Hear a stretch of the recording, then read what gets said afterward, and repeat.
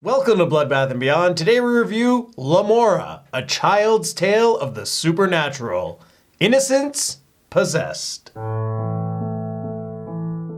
Written and directed by Richard Blackburn, starring Richard Blackburn, Lesley Taplin, and Cheryl Smith. This movie's about Lila, an innocent choir girl whose father decides to kill his wife and her lover when he finds them knocking boots. He leaves town and is taken hostage by Lemora, a vampire lady, who then writes Lila a note saying, if you want to see your father, you gotta come over to my house. Lila, who's been living with the Reverend, decides to just leave a note letting him know where she's going, and then goes to Lemora's house where she's seduced. Unless I'm completely misreading things and it was just for like a vampire ritual, but I think it was both things. This is actually a recommendation from James Montgomery over on Patreon. He's recommended this a couple times. This is probably the oldest movie that we've ever reviewed on the channel. We've done a couple from the late 70s. This was 1973. But thank you, James. What do we like? I love how creepy everyone is in this movie. It's very weird but every single person except for Lila is creepy. By creepy, not only are we talking vampires and werewolves and ghoulish figures, we're talking about everybody is a pedophile and they all are in love with Lila. If I was him, I'd sure have one hell of a time keeping my mind on Bible studies. It's shit like that got this banned from the Christian board, you know? The creepy factor added to the movie because you're like, what the fuck? Well, you all go on home before I change my mind. And you're thinking, is this just like back in the day? People were just like a lot looser with their ages. They didn't give a shit that she's 13 and you got a creepy bus guy trying to get her to pay extra, if you know what I mean. I might have to charge you extra. Or like random guy on the street, the guy who was picking up his girlfriend and Lila was like, could I have a ride? I bet that old reverend can't wait to teach her. She's ripe and ready to go. And I think what makes this great, kind of, I know it's weird. This is a weird light, but I think what's cool about it is that because she's so innocent and seemingly naive, it doesn't even faze her. She's just like, okay. Like she basically has the same expression on her face for the entirety of the film, except for the most hilarious part where she realizes that Lemora is a vampire. Everybody else knows that she's a vampire, but when she sees Lemora sucking on this boy's neck, she loses her mind, and it was great. Almost as great as like the witch lady singing as they're like doing this little like circle song. That was just oddly fun. Reminded me of like Griselda from like Hilarious House of Frightenstein. For the time and the budget, I think the whole production was fairly ambitious because they did a few like tracking shots, even though like stabilizers didn't exist until like 1978. They did a pretty good job with like cranes, lighting a lot of the dark scenes because most of this movie takes place at night because of course they're vampires, so there's not a lot of daylight shots. So everything had to be well lit enough for the audience to see, but still make sure it's pretty dark so you can hide some creepy figures in the background. And just the fact that they had all these different makeups. All of our creatures had like distinct looks. Between our ghouls and like the were people, because they weren't established as werewolves, they were just like beast men. Beast men who live in the forest. When they had the like close-up shots, they did a good job with the makeup. You could tell which beast man was which character, and you can see that transformation, which was really nice. And the ghouls, they had like the dark like eyeshadows and the fangs are pretty nice. I enjoyed their outfits. They were like rocking like the full-on like cult look. I thought it was more like an Amish look. I think because this film's story was all about innocence, purity, and strangely enough, seduction, and breaking that purity, the music fit. It just had that sense of innocence to it.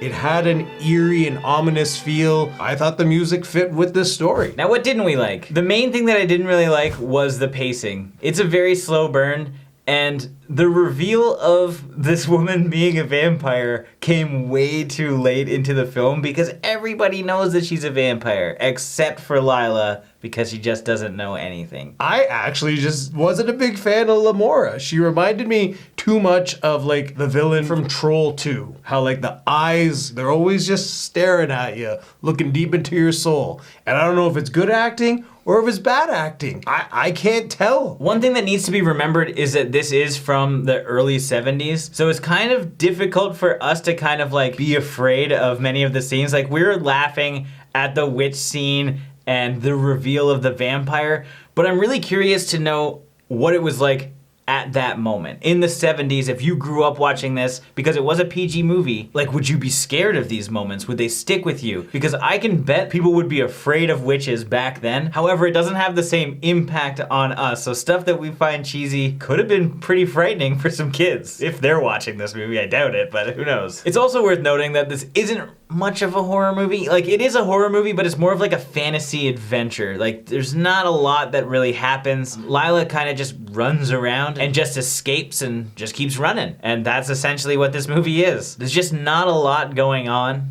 Despite how many like creatures and stuff, I did find myself quite bored a lot of the time. This film also gives a kind of confusing plot, because you don't actually know what the motives are. You kind of get what Lemora's motive is. She just is building her vampire family, but it feels as though there should be a deeper meaning to this story, and there isn't. Or there is, and it's just way too deep to figure it out. Obviously, we have the innocence versus evil kind of thing, and it could very well be like all in Lila's head as she's like trying to be this like proper innocent girl, but knowing that her father is a murderer and a gangster, and so she's trying to overcome these internal demons potentially and trying to feel not guilty for herself, because there are a couple moments that suggest that that's what's happening, but it's really hard to say. That could just be me reading into it a little too much, but I think that there could be something here, but who knows? And like just Lemora going on and being like, oh, it's been destiny, you were meant to come here, me and you are the same.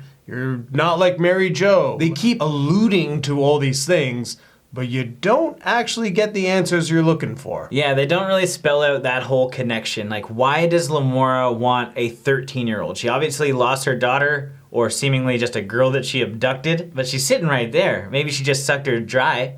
And she just needs another one to suck. But she does kind of get creepily flirty with her in a fairly suggestive bath scene. Even though we like how creepy everyone is, because it's pretty funny, it is really awkward. Especially when you can see a 13-year-old's side boob. Now, looking on the IMDb and doing some math, she wasn't 13, but she definitely wasn't 18. Now it's time for our final thoughts and ratings. Lemora is an interesting fantasy horror that doesn't really do too much. I didn't really enjoy this film because it's very, very slow paced. There are fun things that you can laugh about, but they certainly weren't intentional, and I'm sure it's just because scary scenes back then just seem really dated. I just kind of wish that we knew what was really going on, what was the importance of everything, and I do wish there were more action scenes that weren't just Lila running around. I don't know that I liked her character. Like, I kind of did because it was funny that she didn't give a shit about anything, but at the same time, she had next to no emotion for 90% of the movie. So in that sense, it's kind of hard for you to care for her because you just don't really care about anything that's happening. So I'm gonna give this 1.5 boxes of chocolates out of 5. What do you like best now? Soft or hard centers? Lemora, A Child's Tale of the Supernatural, is quite the tale. Seemed as though it was supposed to be deeper than what it actually was. The movie was very weirdly paced. There was a lot going on in chase scenes, but nothing too exciting to really keep me engaged. The characters themselves were very, very creepy. That was good and funny, but that's not what its purpose was. I thought Lemora was an odd character. I didn't necessarily like her acting. I got the whole staring into your soul kind of thing because she was like the lady vampire of the night, and that's fine. Every character had their part in this film. It's just the story was too weird. It was just an interaction of two characters with a lot of nothing happening around it. For the time, I'm sure it was scary and different because you didn't really get a lot of this stuff in the 70s. This is just a cheesy supernatural movie. So with that being said, I'm gonna give this film 1.5 me taking care of Jay at a convention out of 5. As always, thank you for watching. Like this video and comment below with your thoughts on the film if you've seen it. If you haven't and you do want to check it out, there are links in the description where you can find it. And if you want the opportunity to recommend a movie for us to review, check out the links to our Patreon, also in the description. And if this is your first time here, make sure you subscribe to the channel, stay updated with everything Bloodbath and beyond.